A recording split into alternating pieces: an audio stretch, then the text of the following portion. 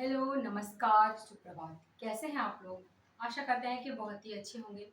आप सभी लोगों का हमारे चैनल पर बहुत-बहुत स्वागत है। तो चलिए शुरू करते हैं आज की क्लास और आज की क्लास में हम देखने वाले हैं कि टीजीटी में किस प्रकार के प्रश्न पूछे जाते हैं। अर्थात यदि आप टीजीटी सोशल साइंस से ज्योग्राफी और इकोनॉमिक्स की तैयारी कर रहे हैं, तो आप हमारे चैनल से अवश्य जुड़ें।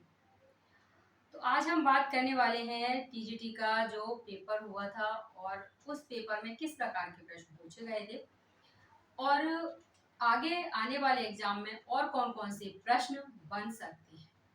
तो चलिए शुरू करते हैं और शुरू करने से पहले दो पंक्तियां मोटिवेशनल जो कि आपको ऊर्जावान बनाएंगी, यानी कि असफलताओं से कभी डरे नहीं।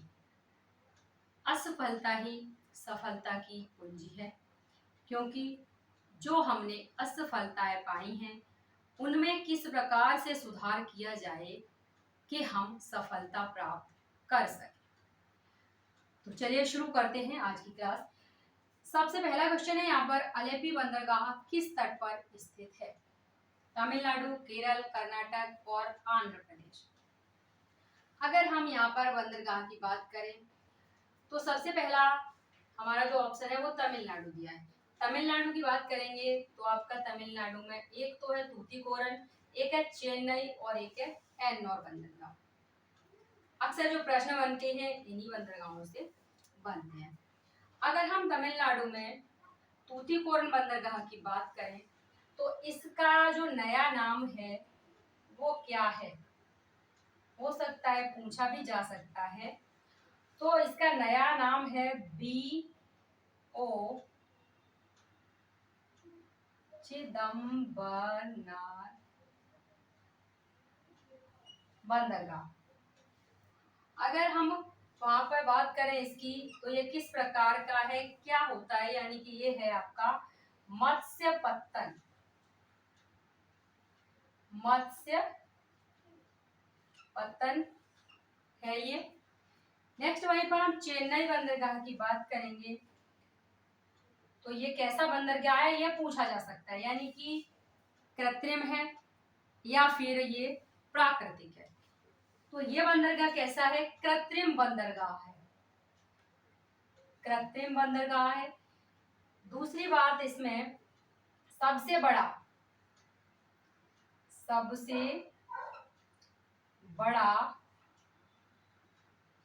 प्राचीन भी है और खुला बंदरगाह है।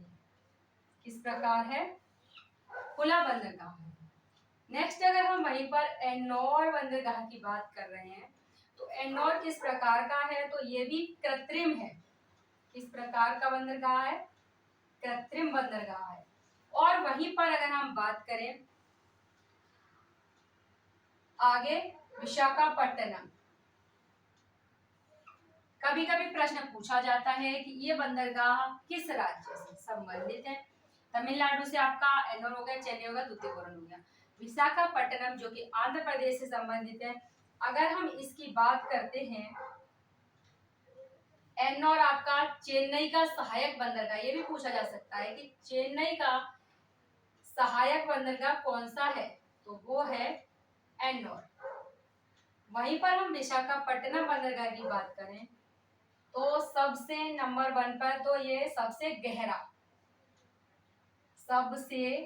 गहरा बंदरगाह पूछा जाता है। तो सबसे गहरा कौन सा है? विशाखापट्टनम। अगर आपको याद नहीं रहता तो आप इस प्रकार से याद कर सकते हैं कि अगर किसी वृक्ष की शाखाएं कैसी हैं?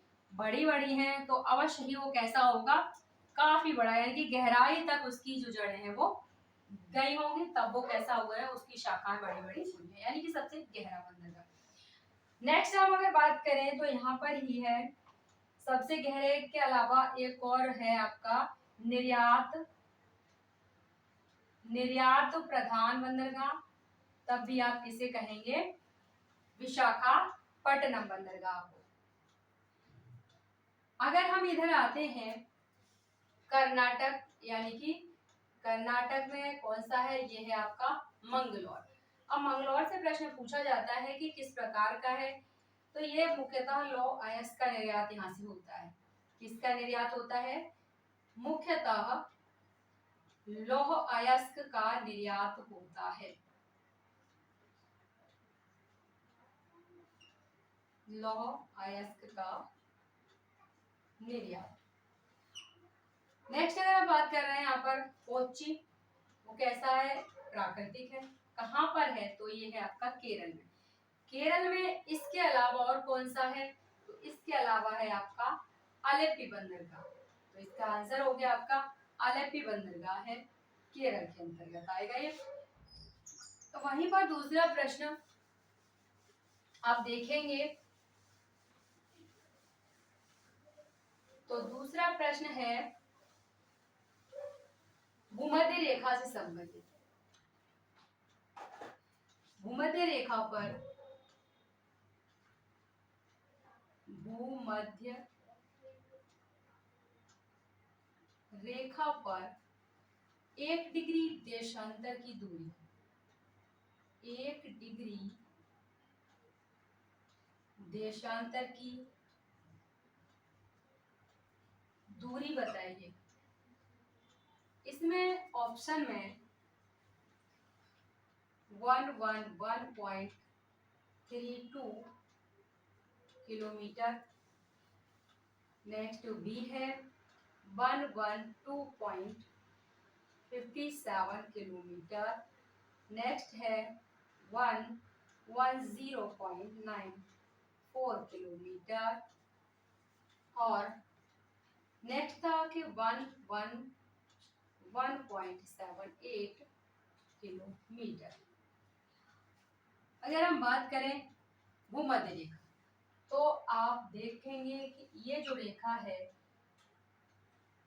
ये कौन सी रेखा है? ये है आपकी भूमध्य रेखा, यानी इक्वेटर, भूमध्य रेखा। अर्थात पूरब से पश्चिम की तरफ खींची गई जो रेखा है वो क्या है? भूमध्य रेखा। अगर हम यहीं पर बात करें, ये है हमारा नॉर्थ और ये है हमारा साउथ। इस रेखा की बात करें अगर, तो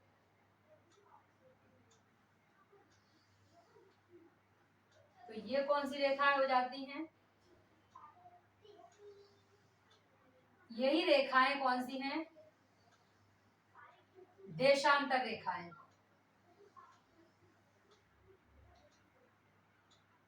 यानी कि उत्तर से दक्षिण खींची गई रेखाएं कौन सी रेखाएं हैं? देशांतर रेखाएं। अब इन देशांतर रेखाओं पर ये जो रेखा है, यानी कि जो 1 डिग्री की बात कर रहा है यहाँ पर, 1 डिग्री के अंतर्गत कितनी दूरी है?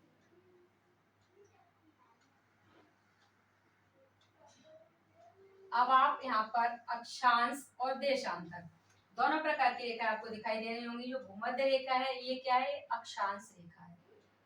वहीं पर अगर आप जाएंगे 23.5 डिग्री ऊपर, यानी कि नॉर्थ में 23.5 डिग्री साउथ में, तो ऊपर कौन सी है? ये है आपकी कर्क रेखा, कर्क रेखा, और नीचे है आपकी मकर रेखा। ये दोनों देख रहे हैं आप, ये है आपके अक्षांश और देशांतर। अब हम अगर अक्षांश की बात करेंगे, तो अक्षांश कितने होते हैं? अक्षांश आपकी जो रेखाएं हैं वो है 90 ऊपर और 90 नीचे, यानी कि 90 प्लस 90, ये तो हो गई आपकी अक्षांश रेखा, यानी कि 180।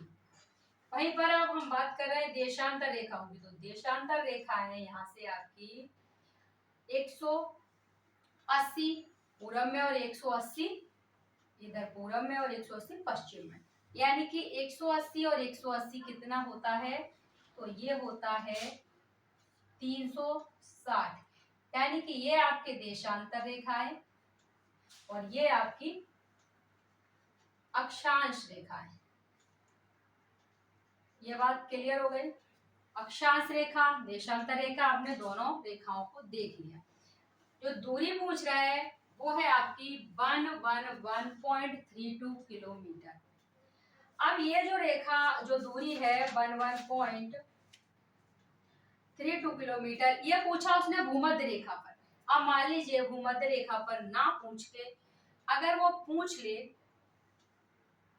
ध्रुवों पर, ये क्या है, ये ध्रुव यानी कि उत्तरी ध्रुव और दक्षिणी ध्रुव, ध्रुवों पर पूछ लेगा तो ये दूरी कितनी हो जाएगी, ध्रुवों पर ये दूरी हो जाएगी 0 किलोमीटर। अगर वहीं पर 45 डिग्री पर पूछ ले, यानी कि अगर पूछे यहाँ पर आपका 45 डिग्री है मान लीजिए, और 45 डिग्री पर पूछ ले कितनी होगी, तो 79 किलोमीटर। ये प्रश्न आपके बन सकते हैं इसमें।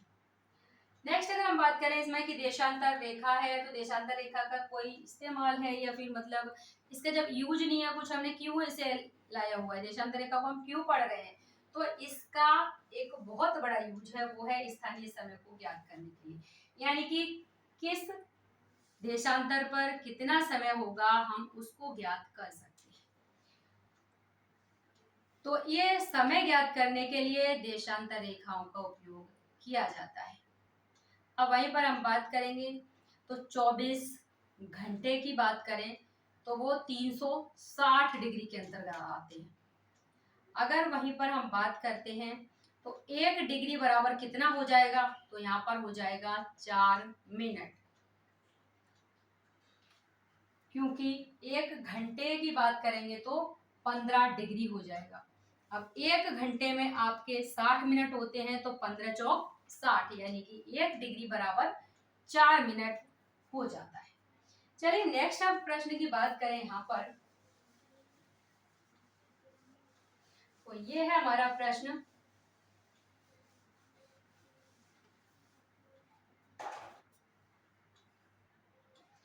इसमें पूछा है कि कौन सा युग्म सही नहीं है, युग्म सही नहीं है। सबसे पहला है इसमें राजस्थान, राजस्थान अंता। बी नंबर है इसमें उड़ीसा, गौरीपुर। सी नंबर है इसमें गुजरात, सिक्का। और डी नंबर है इसमें बिहार, बरौनी। इसमें पूछा गया कि इस युग में कौन सा सही नहीं है, तो जहां तक हम बात करेंगे राजस्थान, तो अंता ये है, ये सही है। ये कहां पर है, तो झालावाड़ जिले में। कहां पर है, झालावाड़ जिले के अंतर्गत आता है। और अगर हम गौरीपुर की बात करें तो ये गौरीपुर उड़ीसा में नहीं है, ये कहां पर है, तो ये है असम में। वहीं हम बात करें अगर गुजरात और बिहार, तो गुजरात में सिक्का, ये सही है और ये सही है। राजस्थान की बात करें तो अगर इसकी कैपिटल देखें तो जयपुर है, उड़ीसा की भुवनेश्वर है, गुजरात की गांधीनगर है, बिहार की पटना है। नेक्स्ट हम प्रश्न पे आए। ये जो प्रश्न है, ये प्रश्न आपका पूछा गया है एक तरह से मैपिंग में। इस प्रकार हमें मैपिंग भी आनी चाहिए और हम मैप देखते रहें, क्योंकि वहां से प्रश्न अक्सर पूछे जाते हैं। नेक्स्ट है कि हरित क्रांति, हरित क्रांति से अभिप्राय है,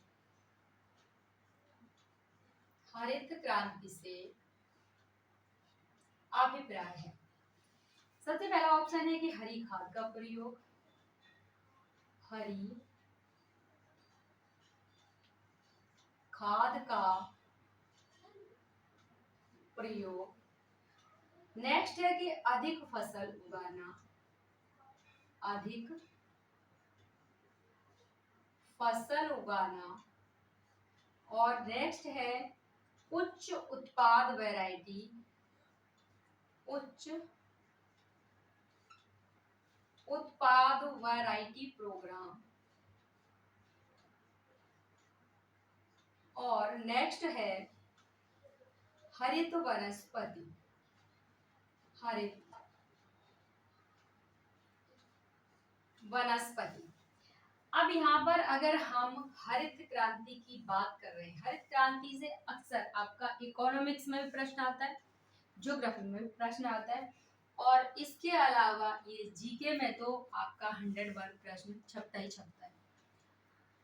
तो हरित क्रांति शब्द का प्रयोग कभी कभी क्या क्या प्रश्न इनसे पूछे जाते हैं उनके बारे में चर्चा कर लें। तो हरित क्रांति शब्द का सर्वप्रथम प्रयोग किसने किया? तो ये है William God, William God. Next अगर हम बात करें कि हरित क्रांति का जो समय है उसकी बात करें तो ये है 1966 से 67 के मध्य में आई। उसके बाद लाभान्वित अगर क्षेत्र की बात कर लें तो कौन कौन से हैं? लाभान्वित क्षेत्र पंजाब, राजस्थान और वेस्ट यूपी। पंजाब, राजस्थान और आपका है वेस्ट यूपी। अगर यहाँ पर फसल की बात की जाए तो फसल क्या है? गेहूं। वहीं पर अगर इसमें बात की जाए तो इसमें किस पर बल दिया गया है? तो ये है आपका सिंचाई, सिंचाई, उन्नत बीज, उन्नत बीज और भूमि सुधार पर बल दिया गया, भूमि सुधार पर बल दिया गया। अब आप यहाँ पर देख रहे होंगे कि मतलब मेन इसका जो उद्देश्य है वो क्या है कि सिंचाई, उन्नत बीज और भूमि सुधार पर बल दिया गया है। तो अगर आप इसमें ऑप्शन देखेंगे हरी खाद, अधिक फसल, उच्च उत्पाद वैरायटी प्रोग्राम, यानी कि एक जो सेंटेंस है वो ये कंप्लीट कर रहा है कि उच्च उत्पाद वैरायटी प्रोग्राम की बात यहाँ पर की गई थी। अगर यहाँ पर बात करें हम, और भी प्रश्न यहाँ पर बनते हैं।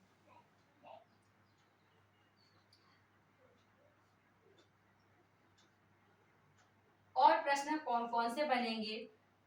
तो सबसे पहला तो यही बनता है कि भारत में हरित क्रांति के जनक कौन है? भारत में है MS. Swaminathan, Swaminathan.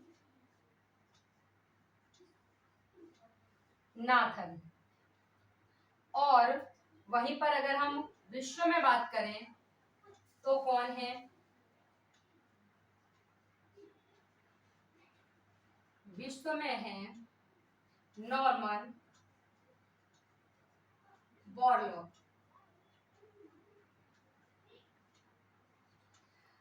Norman Borlaug विश्व में हरित क्रांति के जनक हो गए और भारत में स्वामीनाथन हो गए। अगर हम बात करें यहाँ तो जो पीएम थी वो कौन थी उस समय? तो वो थी इंदिरा गांधी। अगर वहीं पर कृषि मंत्री की बात करेंगे तो कृषि मंत्री कौन रहे हैं? सुब्रमण्यम। और आप एक नाम आपका हो गया विलियम गॉड, दूसरा हो गया नॉर्मन बोरलॉग, तीसरा हो गया स्वामीनाथन, चौथा किसका हो गया? इंदिरा गांधी। और इंदिरा गांधी जो कि पीएम थी उस समय, और उसके अलावा सी सुब्रमण्यम, ये कौन थे? तो ये थे कृषि मंत्री। यानी कि यहाँ पर 5 नाम आपने देखे और हो सकता है पूछ ले कि इनमें से कौन इससे संबंधित नहीं है, यानी कि 3 नाम आपको दे दिए जाए, एक नाम ऐसा दे दिया जाए जो कि इनसे संबंधित ना हो, तो इस प्रकार से भी प्रश्न बन सकता है। नेक्स्ट हम बात करें यहाँ पर, और नॉर्मन बोरलॉग के बारे में बताया जाए तो इन्हें शांति का नोबेल भी मिल चुका है।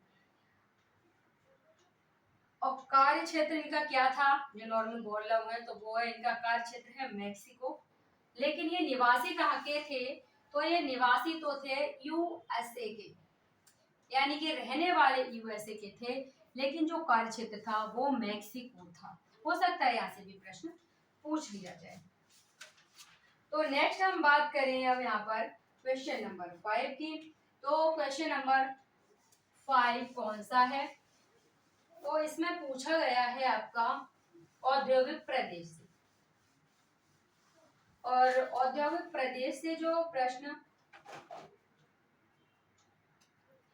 पूछा गया उसमें इन्होंने पूछा कि न्यू इंग्लैंड औद्योगिक प्रदेश, न्यू इंग्लैंड औद्योगिक प्रदेश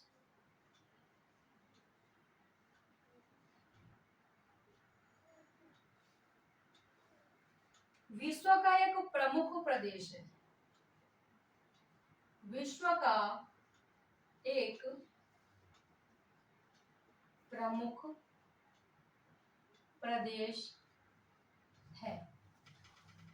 नेक्स्ट इन्होंने कहा, ये नंबर इन्होंने दिया, यानी कि ये क्या था, ये है आपका कथन कारण वाला एक तरह से प्रश्न है, और इन्होंने कारण में दिया कि औद्योगिक कच्चा माल तथा परिवहन की सुविधा यहाँ अच्छी विकसित है।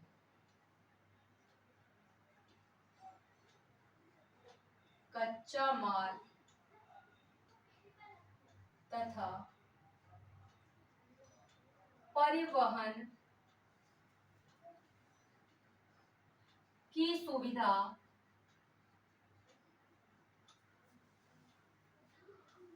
यहाँ अच्छी विकसित है, यहाँ अच्छी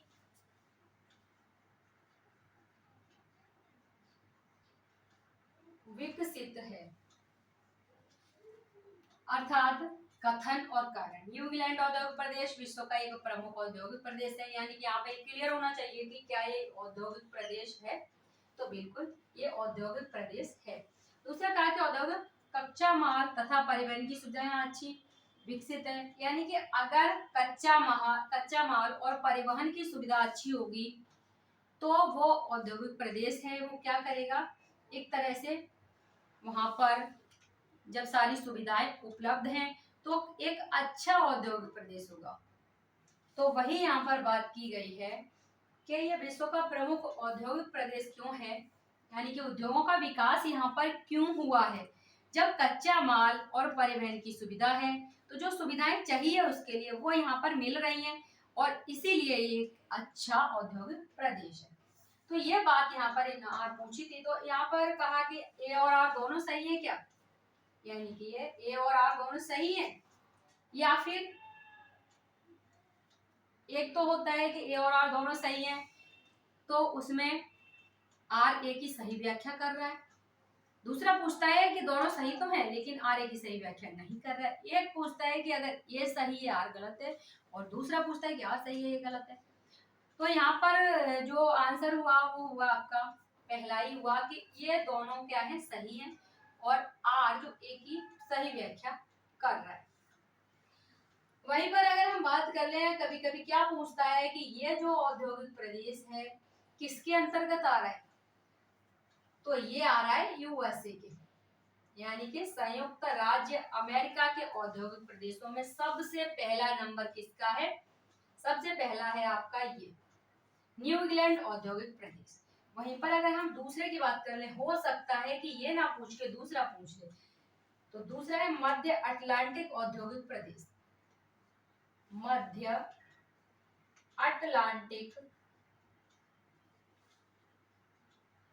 औद्योगिक प्रदेश। अगर वहीं पर तीसरे की बात करें तो तीसरा है पिट्सबर्ग क्लीवलैंड औद्योगिक प्रदेश। अगर वहीं फोर्थ नंबर की बात करें तो मिशिगन झील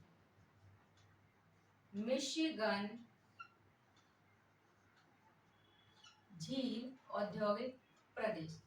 कभी कभी पूछ लेता है कि जो मिशिगन झील है ना, कि मिशिगन झील, यहाँ पर 5 झीलें हैं, उन 5 झीलों में मिशिगन झील ही एक ऐसी झील है जो कि पूर्ण रूप से अमेरिका में है। तो ये प्रश्न भी कभी कभी पूछा जाता है। नंबर 5 हम बात करें यहाँ पर तो डेट्राइट औद्योगिक प्रदेश। और वहीं पर एक है आपका दक्षिणी अपलेशियन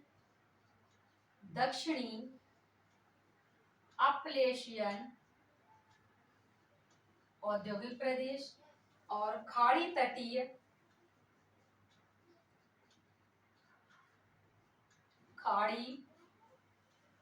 तटीय औद्योगिक प्रदेश। और नेक्स्ट है मध्य पश्चिमी औद्योगिक प्रदेश,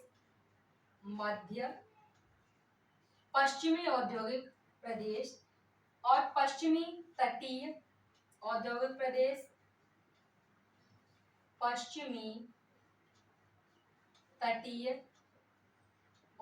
प्रदेश। तो इस प्रकार से ये अन्य औद्योगिक प्रदेश भी पूछे जा सकते हैं। नेक्स्ट हम बात करें यहाँ पर तो ये इस प्रश्न के अलावा छठवां जो नेक्स्ट प्रश्न है उसकी बात करते हैं। तो ये प्रश्न है कि डोकलाम पठार स्थित है। डोकलाम पठार के त्रिसंगम पर स्थित है।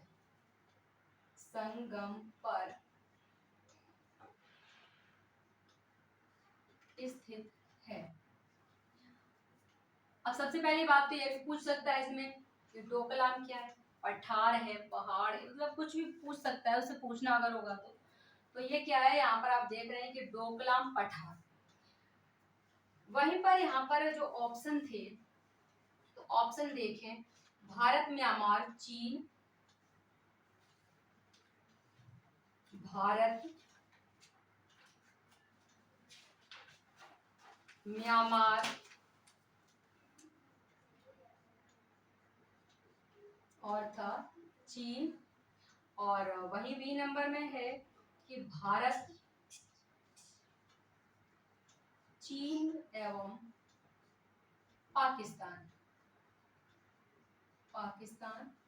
और सी नंबर बांग्लादेश म्यांमार,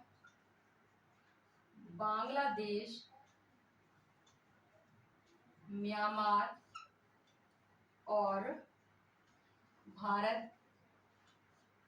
और वहीं पर डी है भारत चीन एवं भूटान। अब यहाँ पर इसे पूछा गया तो एक बार देखें इसका जो डोकलाम नाम है, अगर हम इसकी डोकलाम पठार की बात कर रहे हैं, ठीक है, तो इसका जो भूटानी नाम है वो तो हो गया आपका डोकलाम। अगर हम यहाँ पर बात करें चीनी नाम इसका क्या है, तो ये है डोंगलांग।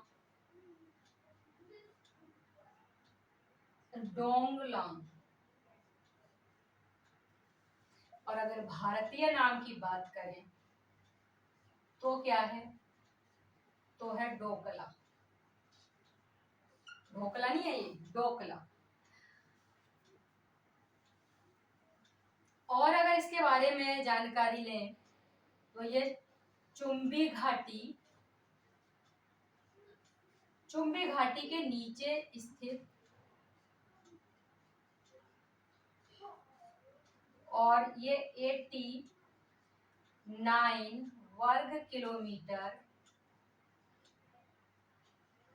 क्षेत्रफल में स्थित।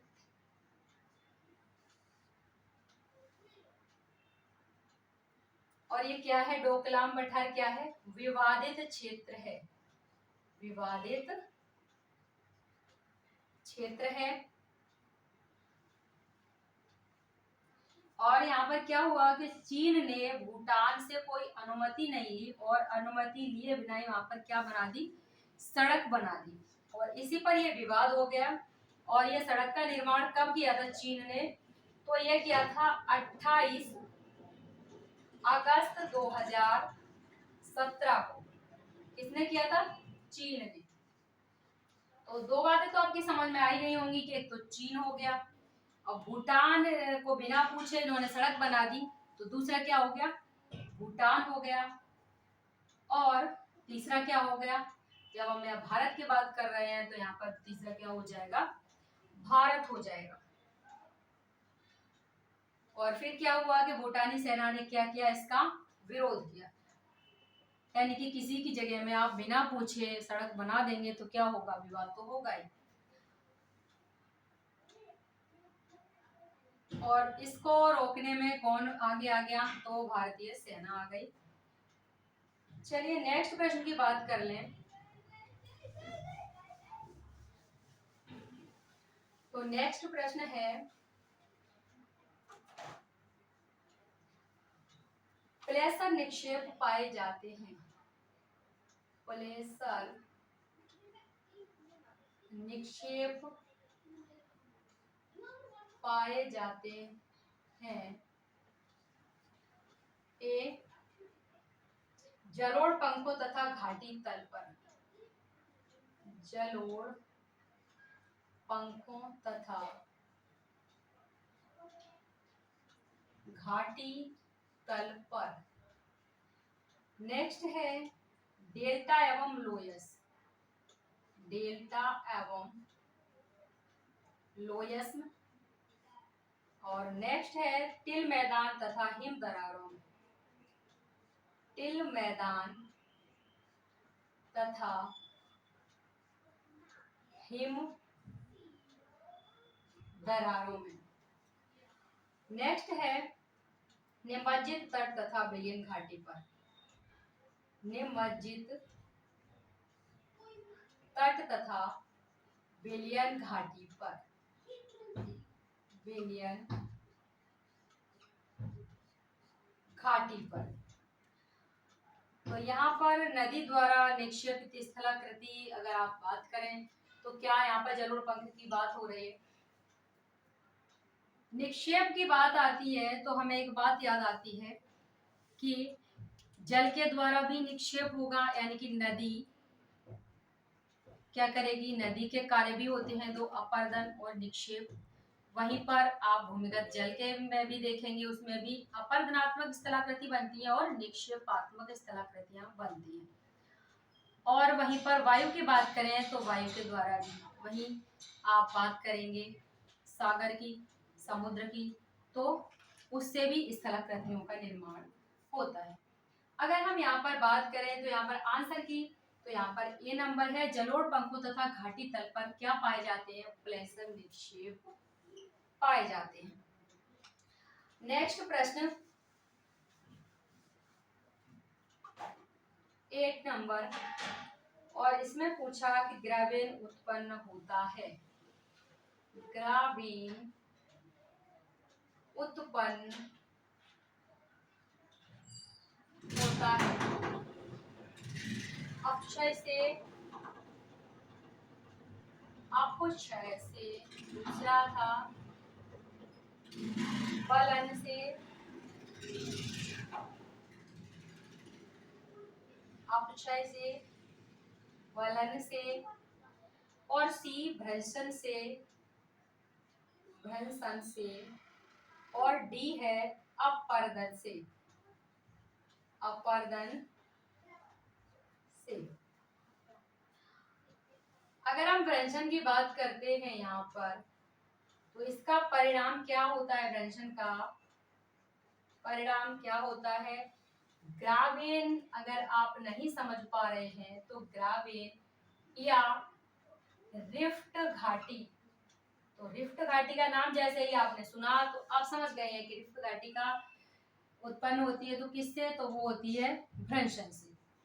नेक्स्ट अगर हम इसके बारे में और बातें करें तो ग्रावेन और रिफ्ट घाटी में अंतर क्या है? इसका जो आकार है वो छोटा होता है। किसका? ग्रावेन का आकार छोटा होता है। किससे? रिफ्ट घाटी से। रिफ्ट घाटी से ग्रावेन का आकार छोटा होता है। और दो सामान्य भ्रंशों के बीच का भाग, यानी कि जो रिफ्ट घाटी है उसकी बात कर रहे हैं, तो दो प्रश्न इस तरह पूछा जा सकता है, दो सामान्य भ्रंशों के बीच का भाग काफी लंबाई से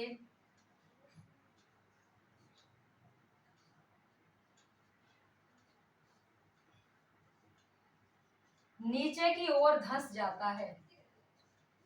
नीचे की ओर धंस जाता है। कहने का तात्पर्य है ये जो इस प्रकार से, मान लीजिए ये देख रहे हैं आप, ये जो भाग है ये नीचे धंस गया है। तो निर्माण किसका हो रहा है? घाटी का निर्माण हो रहा है। तो ये जो धंसा हुआ भाग है यही है रिफ्ट घाटी या ग्रावेन। ग्रावेन का आकार छोटा होता है। इसके अलावा और अगर हम बात करें यहाँ पर तो आपको देखने को मिलेगा रैंप घाटी,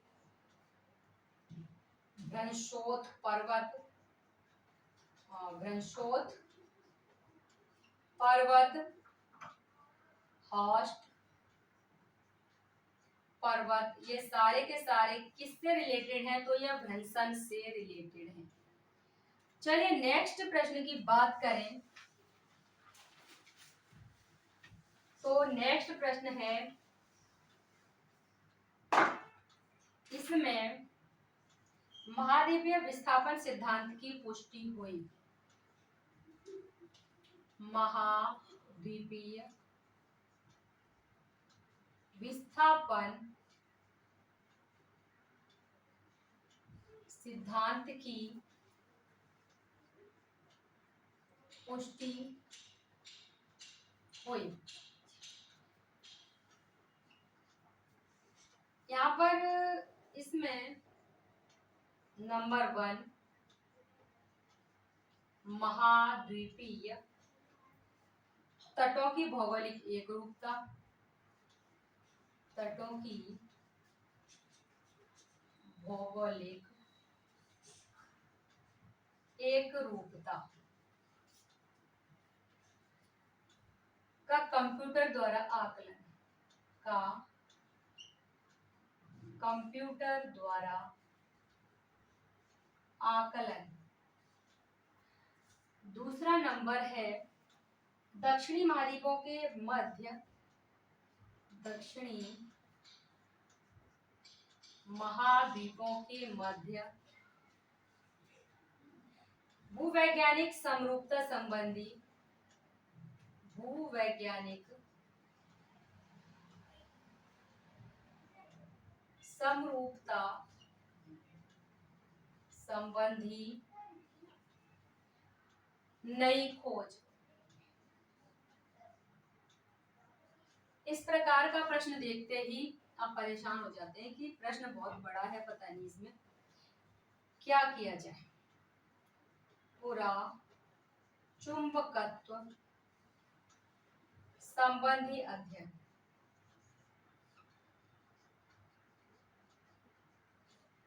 नेक्स्ट पूछा गया कि सागरीय तल का प्रसार।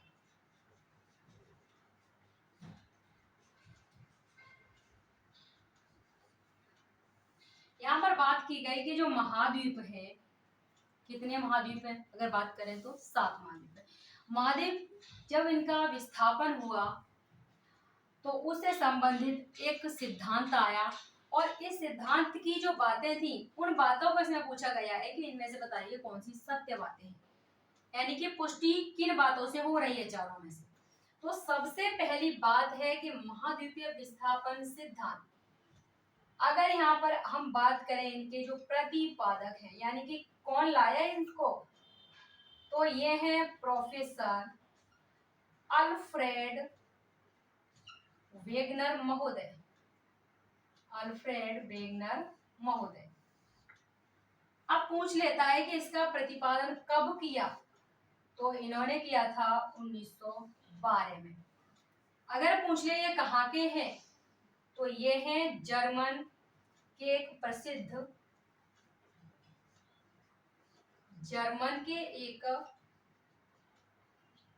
प्रसिद्ध जलवायुवेत्ता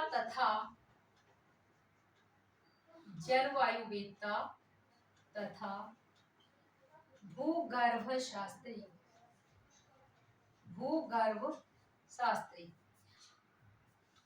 इन्होंने इसमें क्या दर्शाया, तो इन्होंने बात की थी जलवायु संबंधी परिवर्तन की बात इन्होंने की है।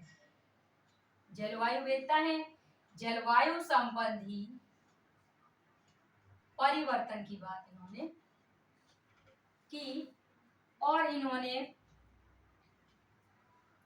क्या बताया,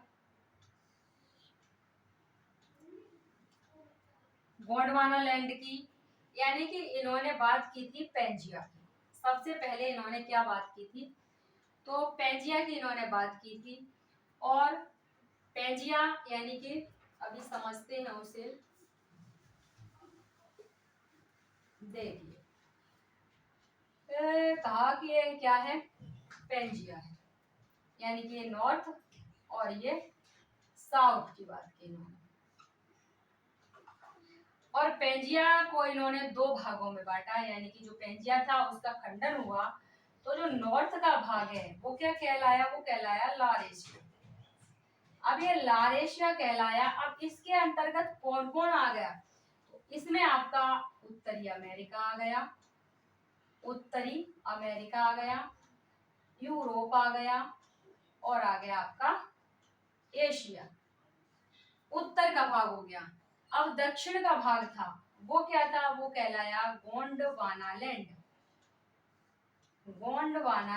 अब यह गोंडवाना लैंड के अंतर्गत कौन कौन रह गया, तो यहाँ पर रह गया आपका दक्षिणी अमेरिका, जैसा कि आप महाद्वीप देख रहे हैं, दक्षिणी अमेरिका रह गया, अफ्रीका रह गया, और इसी में आपका मेडागास्कर, जिसका इन्होंने वर्णन किया है उन बातों को हम ध्यान दे रहे हैं।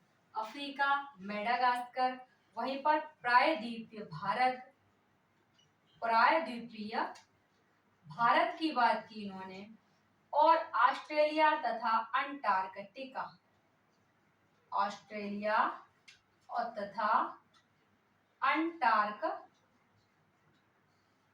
की बात की इन्होंने। अब यहाँ पर ये बातें आपके नेक्स्ट एग्जाम में आ सकती हैं। उसके अलावा अगर हम बात कर रहे हैं यहाँ पर महाद्वीपीय तटों की भौगोलिक एकरूपता का कंप्यूटर द्वारा आकलन, जैसा कि आप देखते हैं, तो जो आपका उत्तरी अमेरिका और दक्षिणी अमेरिका का जो पोर्शन है, उसके अलावा यानी कि जो अटलांटिक महासागर है उसका आकार कैसा है, ऐसा आकार का। तो यूरोप और अफ्रीका और उत्तरी अमेरिका और दक्षिणी अमेरिका को अटलांटिक महासागर का आकार एस का है। तो हो सकता है कि वो पहले इन्होंने कहा कि दोनों सटे हुए हों, यानी कि वो एक दूसरे से अलग हुए हैं ऐसा प्रतीत होता है, और अगर दोबारा से उन्हें सटाया जाए तो वो एक दूसरे के करीब हो सकते हैं। तो यही बात इन्होंने इसमें दर्शाई थी। तो इसमें यही कहा है कि जो तट हैं उनमें एक रूपता का कंप्यूटर द्वारा आकलन किया गया, वो सही है। दूसरा कहा कि दक्षिणी महाद्वीपों के मध्य भूवैज्ञानिक एक रूपता संबंधी ये नई खोज है, पूरा चुंबकत्व संबंधी अध्ययन है, या फिर सागरीय तल का प्रसार है। तो यहाँ पर चारों ही बातें, चारों ही पॉइंट एकदम से सही हैं और हो सकता है नेक्स्ट एग्जाम में इनमें से ही घुमा के फिर से प्रश्न पूछ लिया जाए। तो ये तो हो गया आपका ये प्रश्न। उसके बाद हम बात करते हैं नेक्स्ट प्रश्न की, और ये है कि प्रकृति का स्थान, प्रकृति का स्थान एक सलाहकार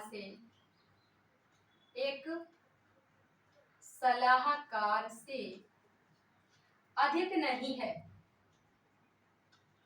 अधिक नहीं है। यानी कि ये है एक कथन है, ये इन्होंने पूछा कि ये किसने कहा, यह जो कथन है ये किसने दिया। तो यहाँ पर आपका ऑप्शन है E.W. जिमरमैन, नंबर बी है आपका C.O. सावर, C.O. सावर, और सी नंबर है वाइडल डीला ब्लास, वाइडल डीला ब्लाश, और नेक्स्ट है जी टैथम, जी टैथम। यहाँ पर अगर हम बात करते हैं ब्लाश महोदय की, तो संभववादी विचारधारा के समर्थक रहे हैं। किस विचारधारा के समर्थक हैं? तो संभववाद के समर्थक रहे हैं। यानी कि 3 बार हमने पढ़े भी हैं। भौगोलिक विचारधाराओं के इतिहास में जितना भी कॉम्पिटिटिव एग्जाम में आने वाला है वो सारा का सारा हम एक बार देख चुके हैं। तो संभववाद यानी कि निश्चयवाद, संभववाद, ये सारे हम पढ़ चुके हैं। वहीं पर इन्होंने बात की थी, एक है पेज संकल्पना, पेज संकल्पना, उसकी बात किसने की है? तो उसकी बात भी की थी ब्लाश महोदय ने। वहीं पर पार्थिव एकता का सिद्धांत, पार्थिव एकता का सिद्धांत, ये किसने बात की? तो ये भी बात की थी ब्लाश महोदय ने। अगर हम जिमरमैन की बात करें तो इनका फैटम पुंज एक अत्यंत महत्वपूर्ण है, इसे छाया पुंज भी कहा जाता है। संसाधनों की इन्होंने बात की थी और उसमें आपका ये एक शब्द था फैटम पुंज या छाया पुंज। जैसा कि हम संसाधनों को अभी हमने नहीं देखा है और संसाधन वाला चैप्टर आगे देखेंगे। और इन्होंने कहा था कि संसाधन होते नहीं बनते हैं, यानी कि अगर किसी भी चीज में कोई गुण है तो उसके द्वारा वो संसाधन बन जाती है। तो इन्होंने कहा था कि संसाधन होते नहीं, संसाधन बनते हैं। ये इनकी लाइन अत्यंत महत्वपूर्ण है और अक्सर एग्जाम में पूछी जाती है। वहीं पर हम कार्लो सावर की बात करें तो इन्होंने भूदृश्य की संकल्पना, भूदृश्य की संकल्पना की बात की और यह भी अत्यंत महत्वपूर्ण है, अक्सर एग्जाम में पूछा जाता है। तो जैसा कि आज आपने देखिए ये हमने 10 क्वेश्चन यहाँ पर सॉल्व किए और 10 क्वेश्चन से बहुत सारे प्रश्न हमने नेक्स्ट एग्जाम में आ सकते हैं उनकी भी बात की। तो यदि आप हमारे चैनल पर फर्स्ट टाइम विजिट कर रहे हैं तो आप हमारे चैनल को सब्सक्राइब करना ना भूलें, क्योंकि आगे आने वाले एग्जाम्स टीजीटी, पीजीटी, यूपीएससी या फिर आप ज्योग्राफी से नेट एग्जाम की तैयारी कर रहे हैं और यदि आप मैथमेटिक्स से किसी भी कॉम्पिटिटिव एग्जाम की या फिर आप 10th 12th बीएससी, बीटेक या फिर पॉलीटेक्निक कोई भी मैथ आप पढ़ना चाहते हैं तो उसकी भी काफ़ी वीडियो हमारे चैनल पर उपलब्ध है। तो आप हमारे चैनल को सब्सक्राइब अवश्य कीजिए। तो मिलते हैं नेक्स्ट क्लास में, तब तक के लिए नमस्कार, धन्यवाद, जय हिंद।